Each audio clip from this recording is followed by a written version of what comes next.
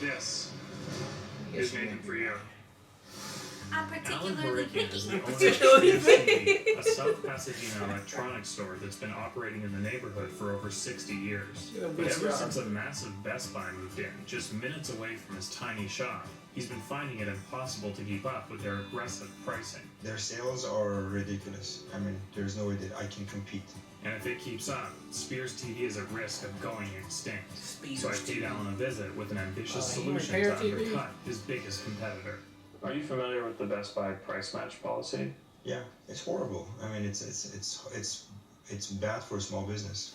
One of the main reasons Alan has such a hard time competing with Best Buy is because of their aggressive price match policy, which guarantees they will match the price of any local competitor, preventing stores like Spears from underselling them. But if Alan dropped his prices so low to make his TVs virtually free, according to Best Buy's own policy, they would have to match that price too, giving Alan a short window of time where he could buy up all their inventory for $1 and then resell those TVs for any price he wants to make a huge profit.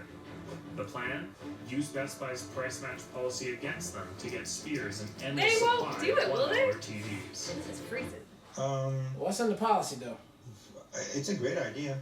It might take a little bit of work and time to do. Okay. Do you have a lot going on right now? No, honestly don't. No. So you don't have commitments at home or anything right now? Relationship stuff? I'm not in a relationship, no. I'm not in a relationship either, so Yeah, same. we can both work on this, full time. Okay. Yeah, that's fine.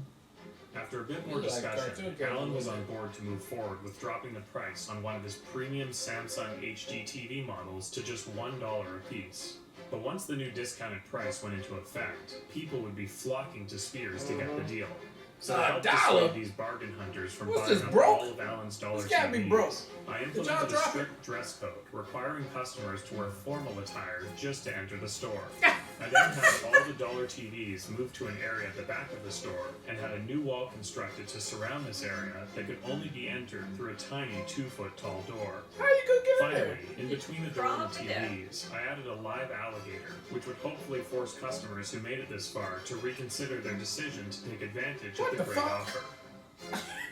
With our preventative measures in place, I could now prepare to get Alan his TVs. According to Best Buy's policy, price matches are restricted to one item per customer. So to maximize the number of TVs I could get Alan, I put an ad on Craigslist to recruit a team of people to help make the purchases. Do you like buying things? And later that week, I met with those who responded to see if they were right for the task. So this job involves buying things. Okay. Are you good at buying things?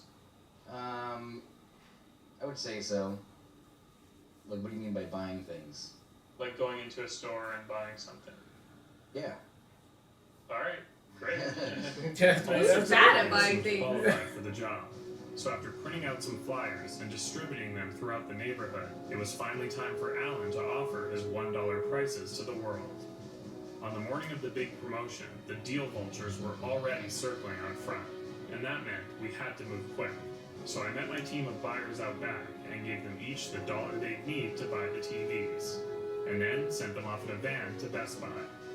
Meanwhile, I hung back at Spears to help Alan ensure that his inventory remained untouched. Best Buy's gonna be like, look good. no. Thank you. Yeah, they're just gonna say no. And once Alan unlocked the front door, we were officially open for business. Peeking up in there. We're here to for the TV deals. Just so you guys know, we do have a strict dress code, as you can see on the wall. So, Why is it so small? There's no advertising about the dress code. Yeah. That's I mean, it's right in the front of our store for everyone to see. This is the front. It's front up there, but that's we were waiting in the front of the store. I knew some people might be a bit frustrated, so I offered up a list of tuxedo rental stores in the area to show them that Spears did value their business. Honestly, you seem like very nice people, and I'd love to let you in, but Help everybody else's business. doing so would be unfair to the customers that, chose to dress. See if I would have any better luck myself. I actually have a price match for this to get it for $1.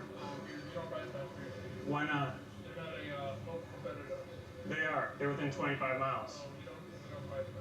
There's no way anybody's gonna price match that TV no matter what company you go to. Even with my confidence and negotiation skills, I was denied. They price will match put up too. every Yeah, excuse. bro. And if you don't do it by the time I get to 3, I'm gonna leave, okay?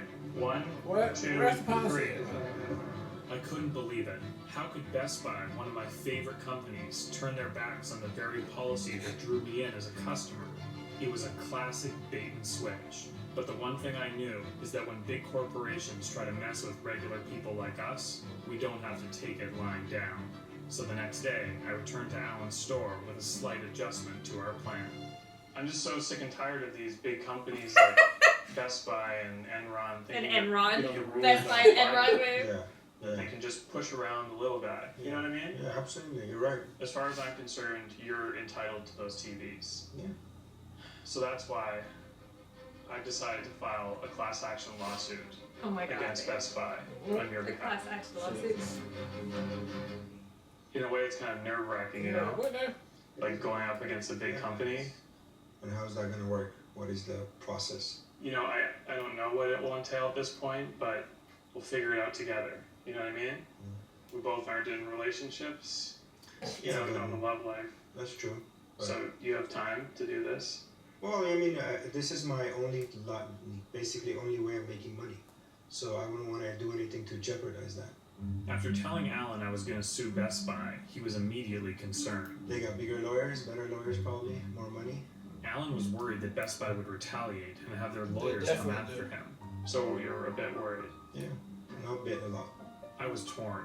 I What couldn't made live him with all- myself if Alan ended up broken homeless because of my actions. But according to my research, suing was the only way I could get him the TVs he was rightfully owed.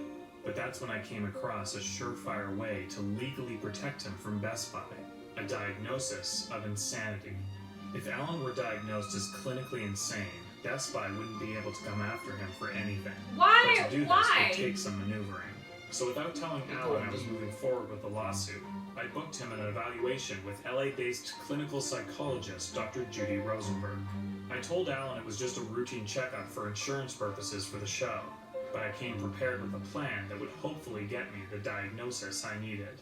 So, I'm very concerned about my friend Alan. Mm-hmm. I believe he maybe has some sort of psychological issue Okay. happening. What do He's you gotta need to come see? here and tell you He about some kind believes of he's the manager Oh my of an God. electronics store. Okay. And he's been working there for the past 15 years. Okay, so this is a delusion that he's having. I mean, as you'll see, he has quite the imagination. very Okay. grander. Alright, you ready? Let's go. Okay, it'll be easy. Just be yourself. Okay. It'll be. Just talk about what you do. Your Yeah, job. yeah. All right, so tell And me keep a it at little that. bit about yourself. Well, I work at Spears TV. I've been there for, I would say, 15, 16 years. And And are you still working there? yes, I am. You are. You like it? I love it. You love it. Okay. He's gonna say it with so much passion too. Ask about the alligator. Okay. I didn't know. Go ahead. Well, we did this thing where, we put an alligator inside a small door, a small room, basically with a small door, Mm-hmm. and we would have customers coming Yeah, this is in gonna make to it get a sound $1 crazy. Yeah. TV, basically. So, Okay. and the only thing they had to do was go have basically a dress code. We had a dress code. So Okay. you have to be dressed nicely, right. maybe a suit, tie, nice shoes. Wow. That is so interesting. It's an interesting idea, and It is an interesting idea. It is. After Dr. Rosenberg was done with her evaluation, I excused Alan from the room so I could get her report.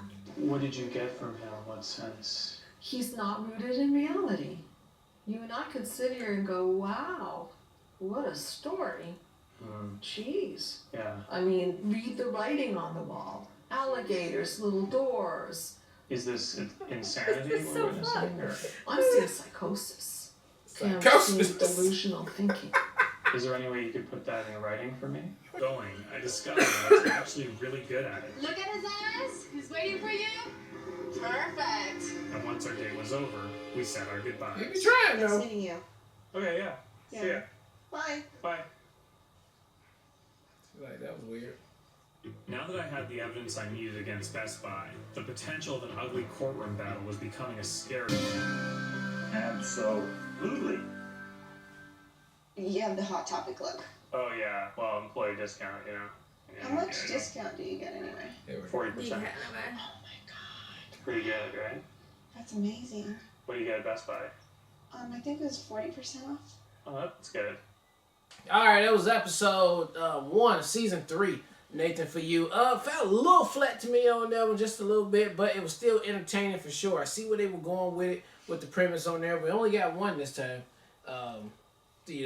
Opportunity to do. I thought it was a good idea. I mean, of course, as we always do on this show, we take it one step there, and then we just escalate it after that all the way till there's no end. And I thought it was funny and entertaining, but just didn't quite hit like it was supposed to hit on there. And I don't know what it was, but it still made out to be a really good show. He had some good takes.